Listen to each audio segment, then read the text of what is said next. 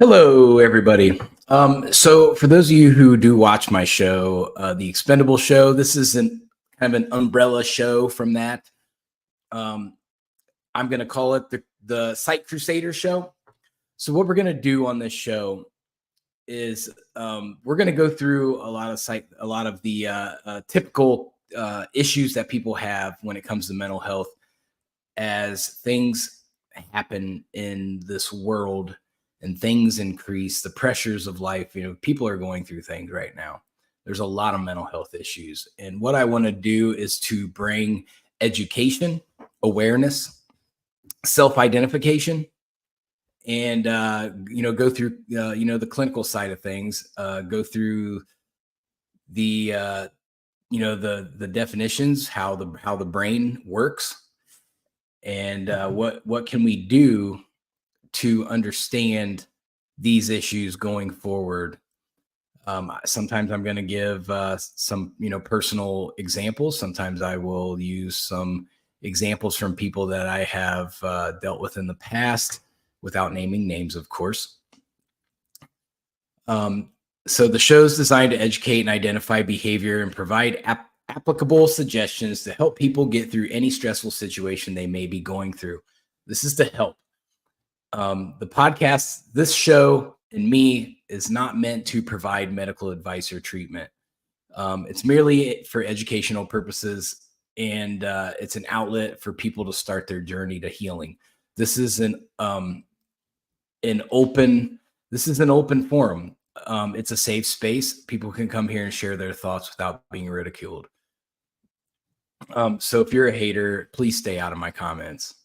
That's not a suggestion. Eventually, I'll be seeking professional partnerships with organizations to assist those in immediate crises. I don't know what those will look like yet. I will be, starting to seek those relationships out in the upcoming weeks. The show's intended to challenge the dark side of mental health. A lot of people go through mental health and they go through the typical, therapy.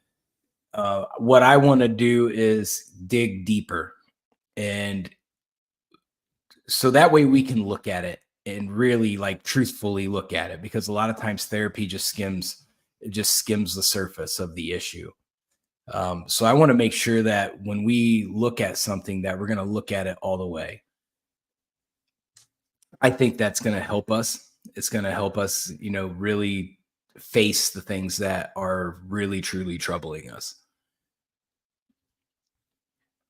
Yeah, the end goal is to hopefully bring some understanding to yourself and, bring that light to that darkness. So me personally, I've been through therapy, a million times. I have a background in psychology. So I it's helpful. It is helpful. However, um, you have to be in the right state of mind going into therapy, because there's been times where I've been told I had to go to therapy for whatever reason. We won't discuss that. But they so I'm going in there not wanting to be there. So when I go in there, I don't get anything out of it, because I've already preset it in my mind. I'm going to fake it to make it. So you have to go into therapy with the right mindset. On the times where I have voluntarily gone to therapy and set my mind right, I did gain things out of it. I did gain, small understandings about my situation and where I'm thinking incorrectly, or where things might not be as bad as what I initially thought that they were. So I've been through therapy. I understand, and you can bring that here, and we can discuss things together. I'm a really, really good listener, and no one is going to get judged in this podcast series. We are definitely here to help. So today we're going to discuss the most common situation that nearly everyone has some kind of experience with, and that's depression and clinical depression. So, if I was to just get online and do a poll of 100 random people, I will guarantee you I will have 100 people come back and say, "Yeah, I have experience with depression or clinical depression, or I know someone who has severe clinical depression or some kind of form of depression." This is not something that we need to be ashamed of. Depression is an issue that faces us all. So we need to understand that there's no shame in going through depression. The problem is the depression, it hits so hard sometimes that it's hard to know which way to look. Which way do I need to go? What do I need to do? And because you're so suffocated by whatever it is that's troubling you, whether it's a failed marriage, whether it's financial problems, whether it's job problems, whether it's dealing with an issue with your children, or whatever it is, you get consumed by that and you get suffocated. That's why depression is so I don't want it's dangerous. Depression is dangerous because it can suffocate you, and then you don't know what to do. And then you get stuck in it. And then you go from just a regular depression, then you go into clinical depression. And that's when you really need to get some help. So we're going to talk about that, and we're going to define it so that way everybody understands. And I'm going to do a lot of that. We're going to do a lot of education, a lot of teaching on here, because I think education is the way to solving a lot of problems in this world. So when we define clinical depression, and this comes from the Mayo Clinic. So clinical depression, also known as major depressive behavior disorder, which for you medical people is MDD. For those of you who know what I'm talking about, it's a serious mental health condition. So clinical depression, it's a serious mental health condition characterized by a persistently low or depressed mood and a loss of interest in activities that you once enjoyed. To be diagnosed with clinical depression, the symptoms must last for at least 2 weeks. So that's why I said you go from depression and then you go into clinical depression, because you can be depressed. But if it lasts for a length of period of time, which the Mayo Clinic suggests 2 weeks, when you get to that 2 week period, then it turns into something more serious. Now you're stuck in that depression. So that's what I was talking about there.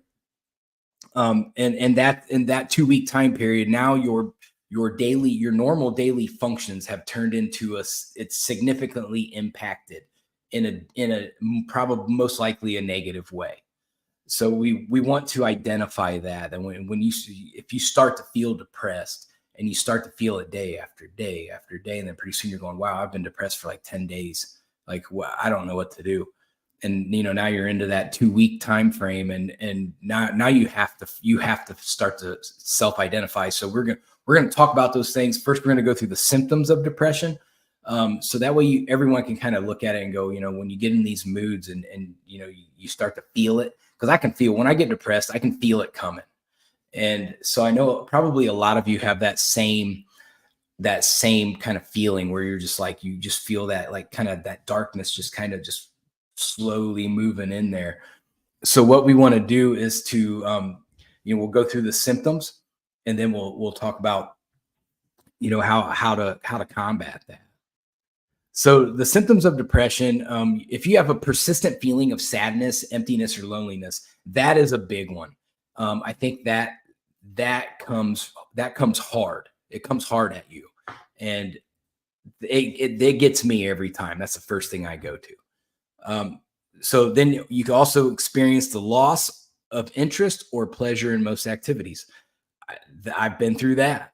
When I get depressed, I don't want to do anything. I go through my mandatory routine of things, and then the extra things that used to make me happy, I scratch them.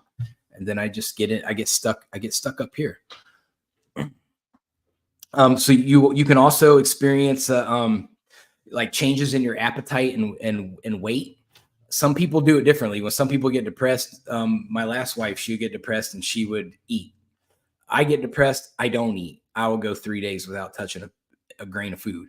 So it all just depends on how you cope with it, how your body and your mind cope with the depression. How it's the initial like combat of depression. You're supplementing something for something.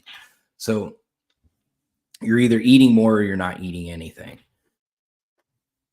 So you have changed. I already said change the appetite and weight. So you have sleep disturbances. This goes both ways too. It just depends on what type of person you are, how things work for you. You can either experience insomnia or you'll just sleep all the time. My personal experience is I don't ever sleep. I don't sleep much as a normal functioning me. So when I get depressed, I will sleep a lot. You will not hear from me. I will be laying on the couch, laying in bed. I'll go do the bare minimum of what I'm supposed to be doing, and then I'm going to be sleeping. So it just depends on the type of person that you are. You could also experience fatigue or lack of energy, which I think is pretty common when people go into depression. You're going to feel that. Nobody really like gets all amped up when they get depressed. It's just not something that depression does. It's like a downer. You could have difficulty concentrating and making decisions or remembering things because you have so many things going on up in your mind that anything your mind's just not going to retain anything, or it's not going to retain very much. So the learning process it becomes very difficult when you're depressed. It's just hard to retain information. You'll have feelings of worthlessness or excessive guilt. I've been there. And I'm sure a lot of people have. When you get depressed, you feel like nobody cares. You're worthless to the world. Or you have a lot of guilt over something that you've done. You could also have thoughts of death or suicide, and we're going to talk about that a little bit later. So I'm not going to dig into that right now, but that'll be towards the close of the show.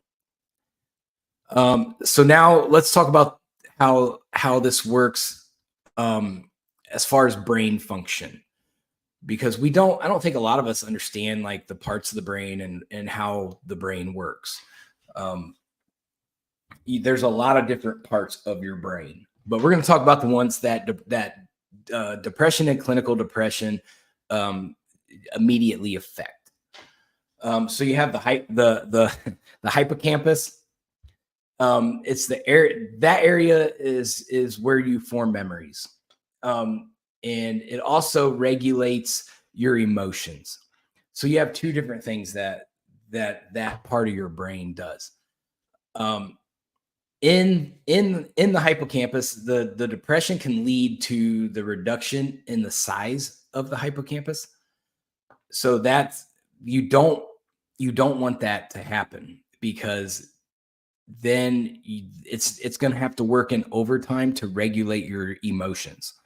So it is a situation that you when you start to affect that part of the brain, you're going to have a lot of really unstable emotional responses.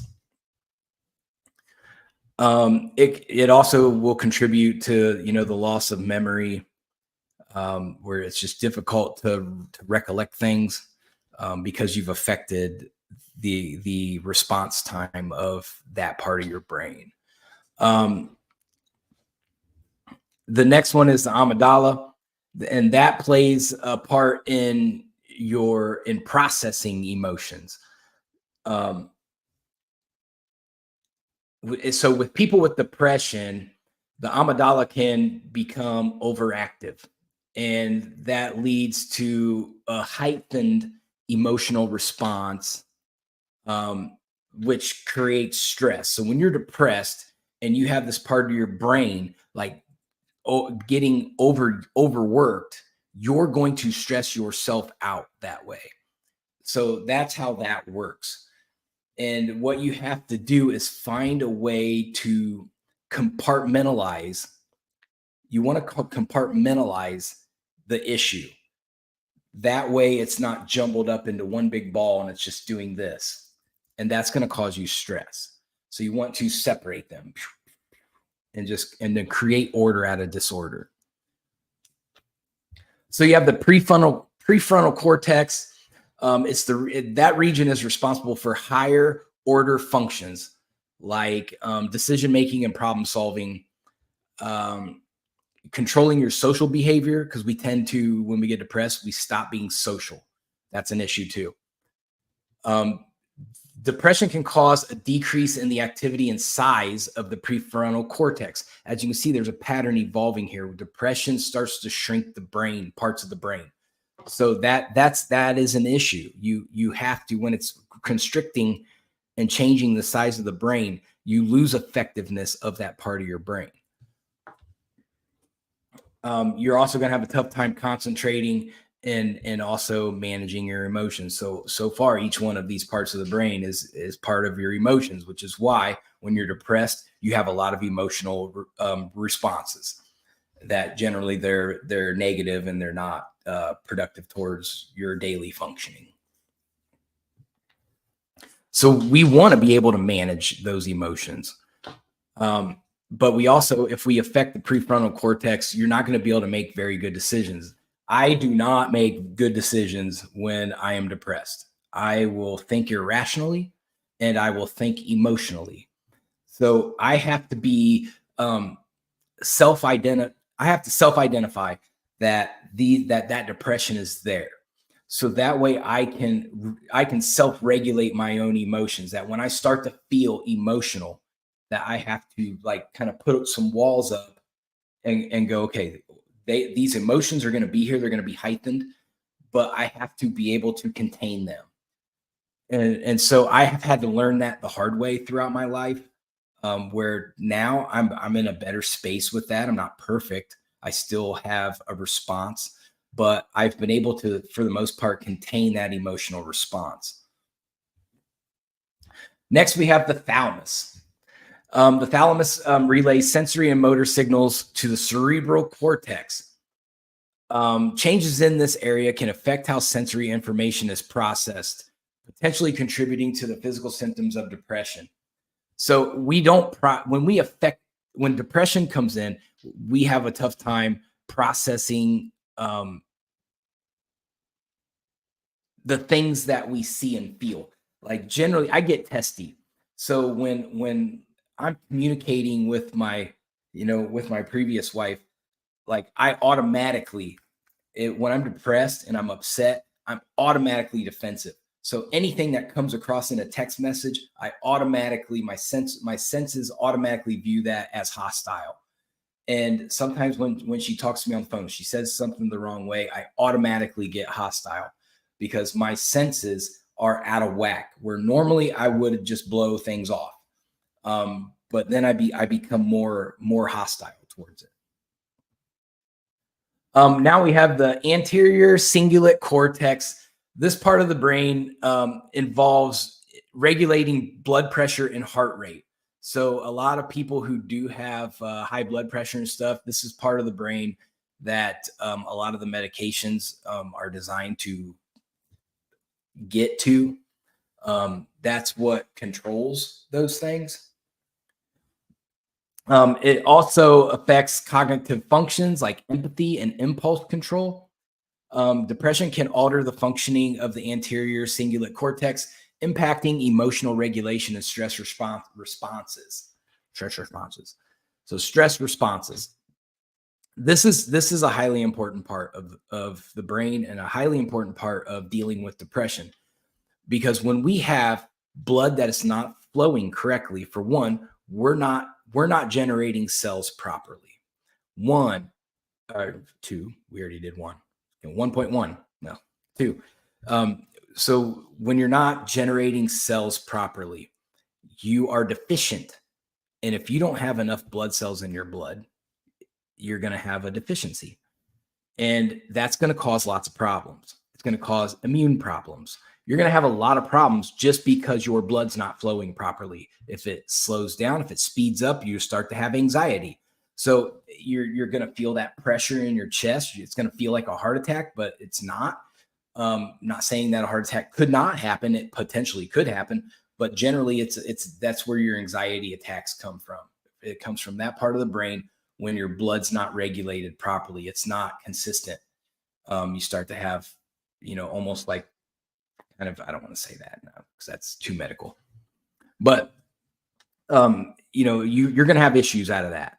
So you could get sick because of the cell generation is not happening like it's used to. You're not having that consistency, and that creates lots of problems for you.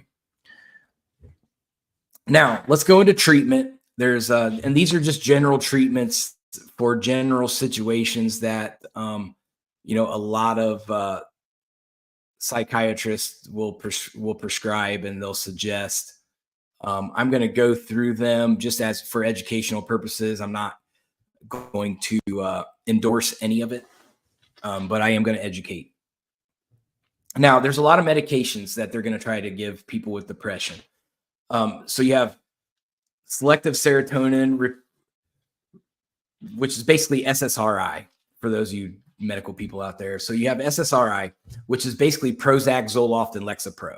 So a lot of people get prescribed. I've been on Zoloft and Prozac, so I know what those medications do. Zoloft's very mild. So those are generalized medications for general depression. And that if you go in and see a psychiatrist, they're going to try to give you, one of those or the off-brand versions of them, which is generally what happens. And then you have the SNRI, which is the serotonin norepinephrine inhibitors, which is Effexor and Cymbalta. Those are a little bit more intense.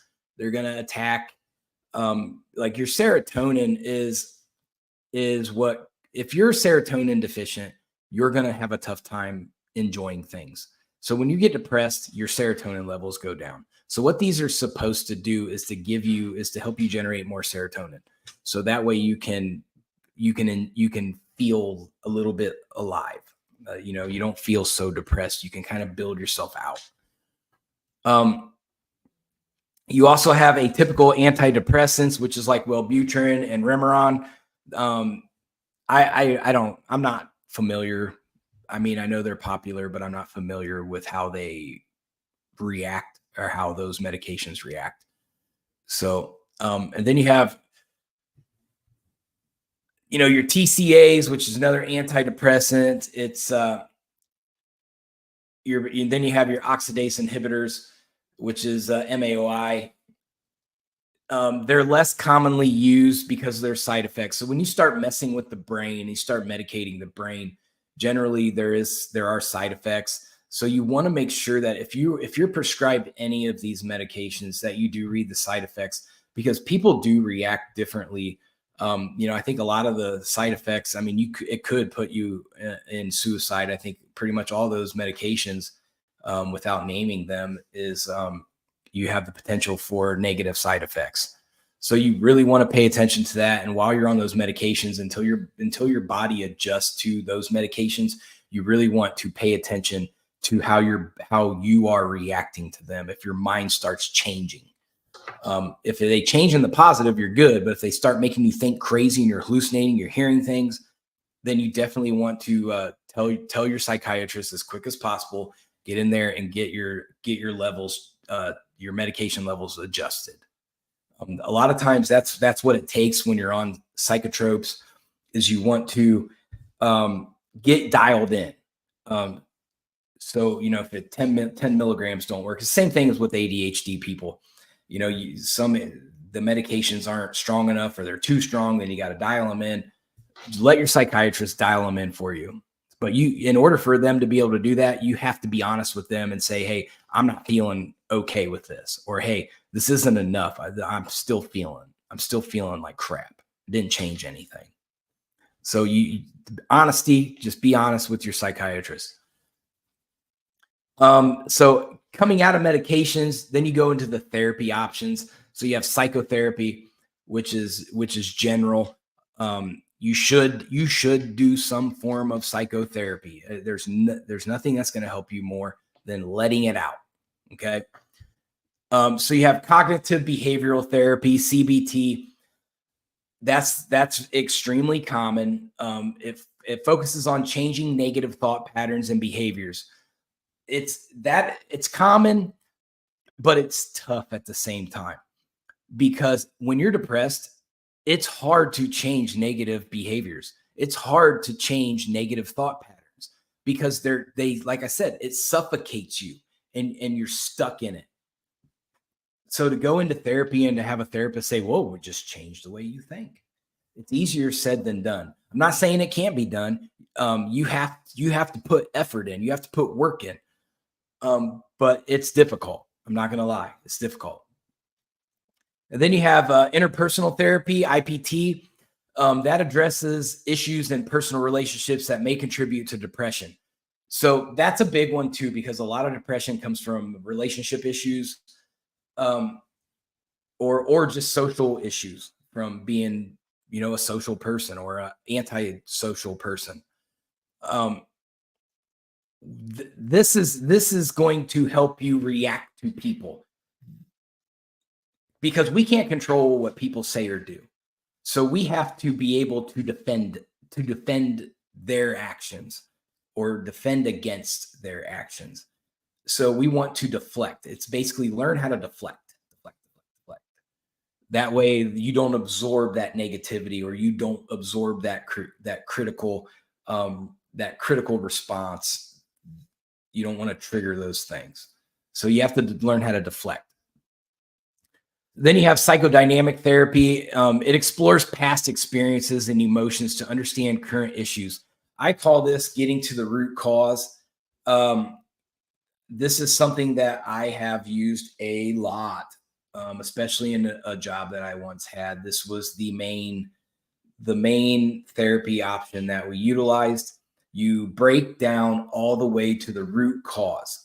And I believe in root causes. I believe that once we find out what the root cause, then we can easily predict the behavior of a person, but we can also understand how to ease that person in past that trauma.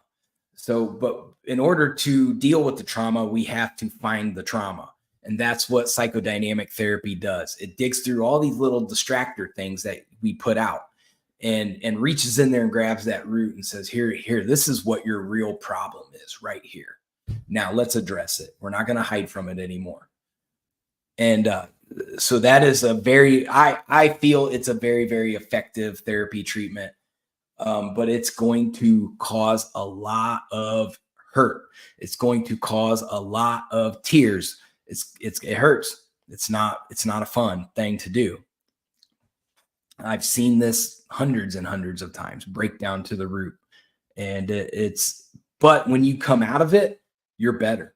I love it. I love that way of doing things. Root causes, we hide them. You go 40, 50 years of hiding root cause issues. And then one day it's time to dig it out and deal with it. Maybe as you age, you get wiser and you just say, okay, let's just deal with this now. I'm tired of carrying it around. The next, after the psychotherapies, we go into lifestyle changes. Okay, so they suggest this is the Mayo Clinic, of course. So they suggest exercising. That regular physical activity can help improve mood and reduce symptoms.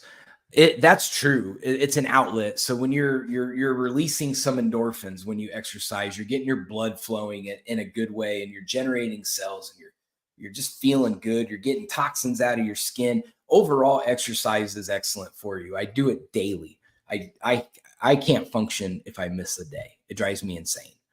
But it helps. It helps here. Strong body it brings a strong mind. A strong mind brings a strong body. So it's effective.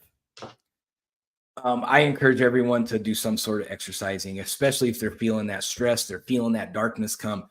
Get out there and do something. Let those endorphins get out of your body. Release all that. Release the toxins out of your skin. Get rid of it all. It also suggests a healthy diet. Eating a balanced diet can support overall mental health. That is true.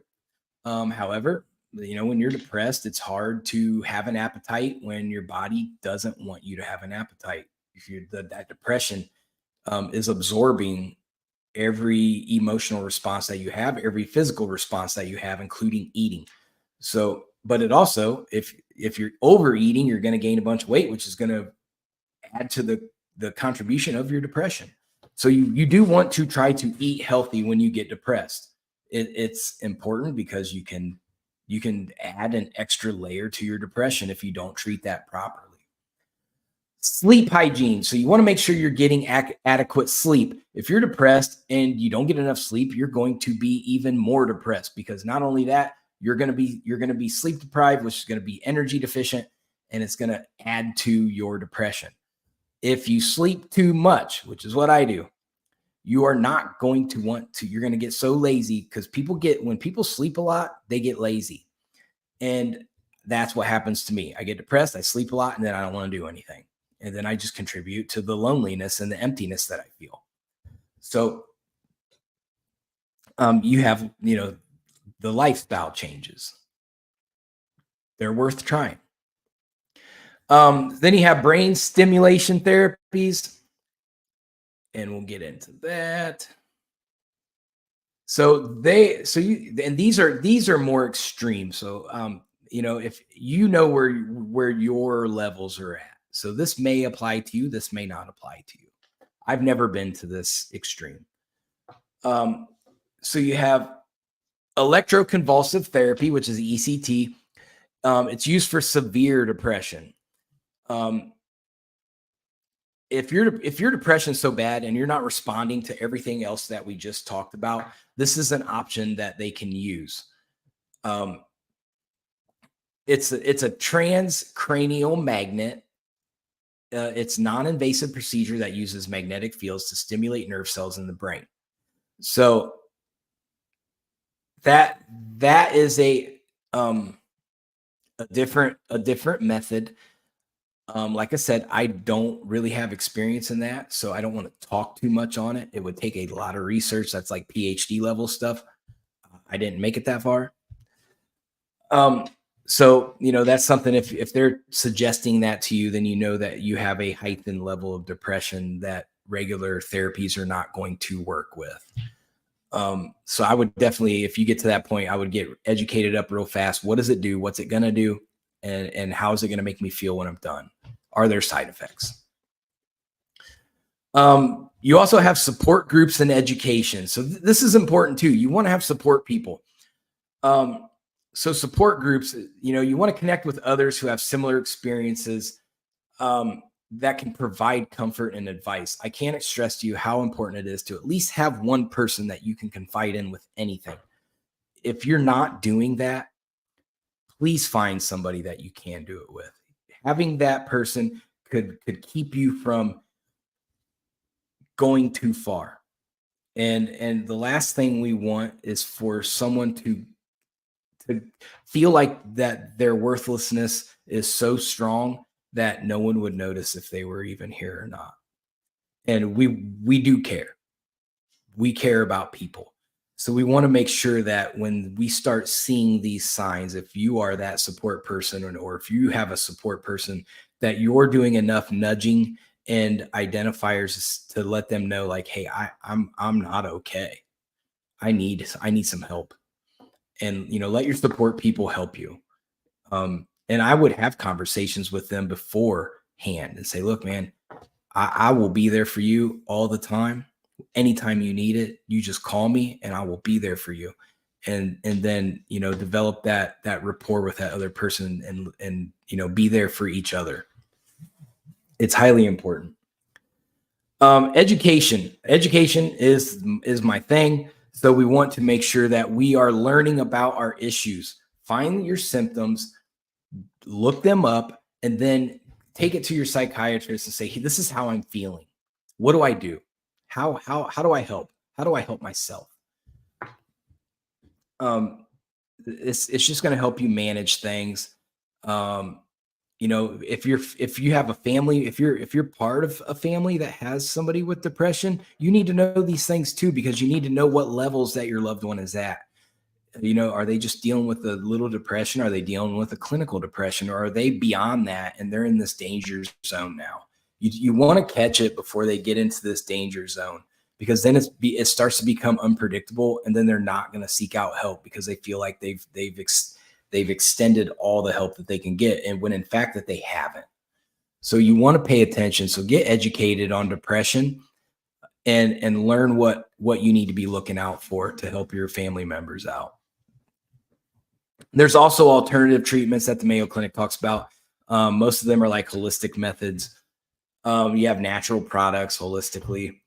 Some people use St. John's wort or omega-3 fatty acids to, increase your levels, make you feel good. It's just natural feel goods. It just gets into your body and circulates through your system. Omega-3s is good for 1,000 things. So if you're taking omega-3s, I highly suggest that you continue taking them. Just for overall everything. It's good for your skin, your hair, your health, your general health. It's good for everything. My dad uses it with the dog every once in a while. And as always, it's always wise. You want to consult with your licensed therapist to provide treatment that's specific to your situation and needs. Like I said, what I've just talked about is generalizations. So you have to understand that your situation is different. And I'm sure that you feel that way. When you get depressed, when I feel depressed, I feel like no one else is feeling the way that I feel. So I want somebody to look at my situation and say, here's the individuality of my situation. Now create me an individualized treatment plan. So that you do want to think that way. If you get to the point where things are beyond repair, where you think things are beyond repair, there is still more help. The National Suicide and Crisis Lifeline, they make it so easy, anybody can do it now. You can either text or dial 988. That's how easy it is. You can pick up the phone, call 988, or you can just text it and you're going to get a response. Or if it's an immediate situation and you feel like you don't have time to talk to somebody or deal with somebody, and you're on the verge, but you haven't really stepped off the ledge yet, call 911 immediately. Also, if you want to talk to people and you just want to do it through the internet, 988 also has a website. It's 988lifeline.org. Lifeline.org, 988lifeline.org. So I urge you to use those resources when you are in a crisis, or you're a family member and your loved one's in a crisis. Help is not bad. It's good. Help is good. And we need to be looking out for our family members and our friends and all of our loved ones. If we start ignoring them, then we're going to be going through more heartbreak. We're going to be going through more, issues. The worst thing ever is to go to your friend's funeral, or going to a loved one's funeral that you sit there and you do this every day and you go, man, I should have done more. You don't want to be in those situations. I have that guilt that sits with me with several of my friends when I sit there and I go, I should have done more. They reached out and I didn't do enough. And that it's not a good feeling. And, when I have to look their family members in the eye and knowing that I could have done more, you don't want to be in those situations. So do more. Now I'm going to share a couple, personal things. So I have an uncle, and he was in Vietnam, and the family story is that when I was growing up, I didn't know that there were issues, and I'm not going to tell you which uncle it is. But he had seen some things, and it affected him coming home. And it's from last time I heard, there's still some effects from what he's seen. In a very, very tough time in American history. So it's valid. There's a PTSD situation there, and I remember. I think it was my mom was telling me that, he didn't realize there was something wrong with him. And until one day he just took the time to look at himself in the mirror, and then he saw it. And he said, you don't realize that you're crazy until you can look yourself in the eye and see that you're crazy. And so I've remembered that story, and I heard it as a kid. And so, every morning, and see, when I had, all my family in the house with me, all my kids are old now, and two wives later, I'm by myself now. But when I would always get up earlier than everybody, and so that gave me my time to get around in the morning. And one thing that I used to do all the time, just learning from that story, is and we take this for granted. You wake up in the morning, you go in, you brush your teeth, you get ready, and you're out the door. But I always make sure that I take at least 60 seconds in front of that mirror, and I look myself in the eyes and say, what level are you at today? Are you okay today? Because I can't lie to myself. I'll see it in myself. And so that is a tactic that I use that works for me. I call it my morning moment of truth. And it helps me self-identify and face my behavior for the day.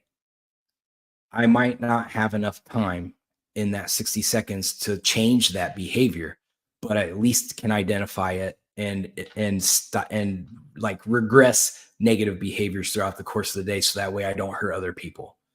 I don't want to disrespect people or things like that. So, I want to, self-identify, what type of person am I today? And it's effective for the most part. It's a mirror reality. Whereas opposed to you deal with the fake of yourself all day. If you don't take the time to self-identify in the morning, you're going to deal with this fake persona of yourself every day that is not real. And that's not helpful either. Just putting this persona out for the day, that's not helpful. And then you're basically just holding in the stress all day. And then you come home and then it's just like and then all this negativity comes with it. So I urge you to face your behavior for the day. Look at yourself in the eyes in the mirror and see who you are today. So I also have another tactic. Like I am like, dealing with divorce, still dealing with divorce. So it's hard for me because I'm the type of person that I believe that marriage is forever. And unfortunately, I've picked partners that don't believe that. Through all my mistakes, through all their mistakes, it is what it is. But, I still have to process that and deal with it. That's a big darkness in my life. And because it makes me feel like I'm a failure, that I'm not worth it, that, why wouldn't somebody try as hard for me as what I do for them? And, I have gone through all these questions and answers. So one method that works for me is if I let things bottle up. So we talked about explosive behavior. So I have that diagnosis. I can go from 0 to 1,000 in a fraction of a second. So I try to avoid that. So what happens is when I get to that point, generally it's me holding in stress and anger for a long period of time until the kettle boils. And then it's one thing. All it takes is one thing. And then I let all of that month's worth of anger out at one time. And usually it's highly destructive behavior. It's gotten me in a lot of trouble in my younger years. So what I do now to deal with it, I have to release that. I can hold it for a few days, but I have to release it before the kettle boils over. So what I do is I call it, Saturday mornings are for tears. And so I'll do my regular routine. I'll get up at 5 o'clock in the morning on Saturdays. I'll go to the gym. I'll go to Walmart, get all the stuff that I need to get for the week, blah, blah, blah. And then I come home. And then what I do is I'll sit in front of, I'll sit at my desk and I'll get YouTube on, and then I'll go find, the saddest thing song that relates to my situation that I can find. And I'll just listen to it and I'll just let it out. Just empty the tank right then and there. And it takes me maybe 20 minutes. I just dump all that out, and then I can function the rest of the weekend. And then going into the week where I'm not carrying around this heavy emotional buildup. So find things like that where you have this this dump of emotions. And I do it, obviously there's nobody here with me other than my animals. So I have the privacy to dump that and not have to worry about anybody seeing me in a vulnerable situation or see me, this hardened grown man cry, but it's effective. It's highly effective. Let it go, let it out. It's like you're getting rid of that poison that's just been dragging you around.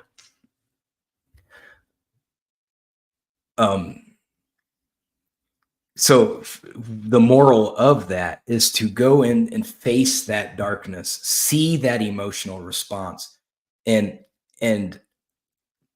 let it out, and then close the door.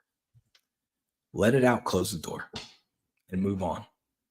And I did it just this morning. I do it every Saturday. I never miss it, and it's helped me. Like I wasn't having a good morning, and I let it out, and now I'm able to function. And it keeps the depression down. It keeps it from getting to certain levels. So that's my methods. I do the mirror thing, and I do Saturday emotion dumps, and it's kept me sane. So find things like that work for you. And also, the last thing, I'm always going to bring this up in my shows, the last thing I'm always going to talk about is prayer.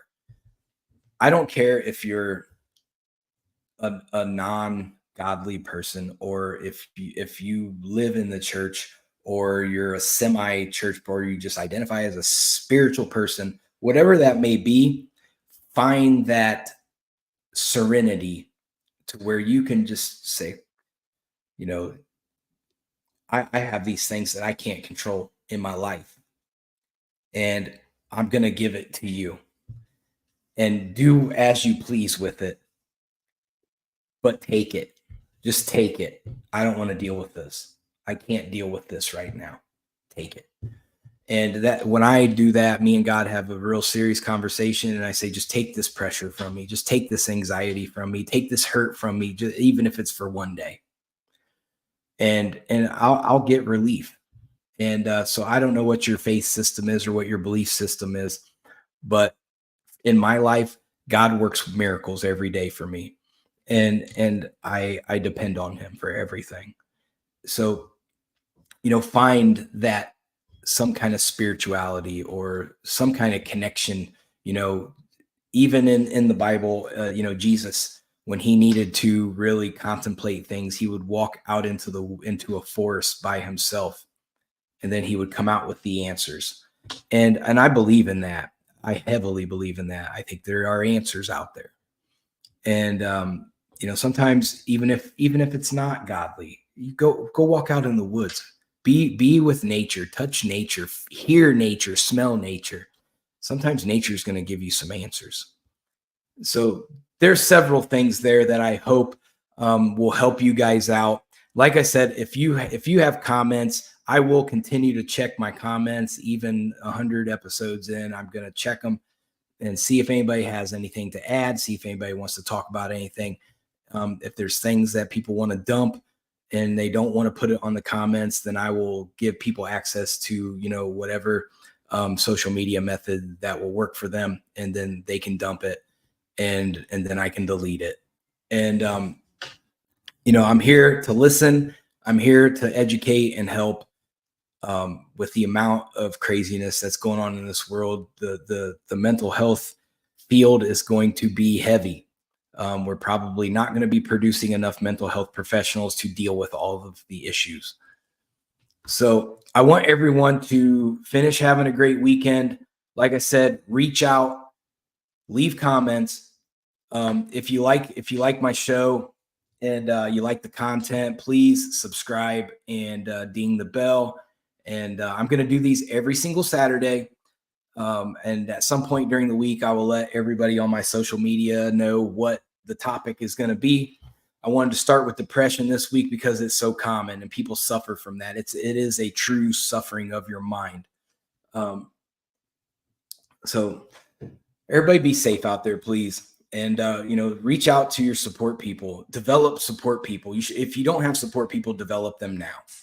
That way, when you do have a crisis, you already have a support person. I can't stress to you how important that is. People care. I care. So you know where to turn to now. All right, everybody have a good weekend.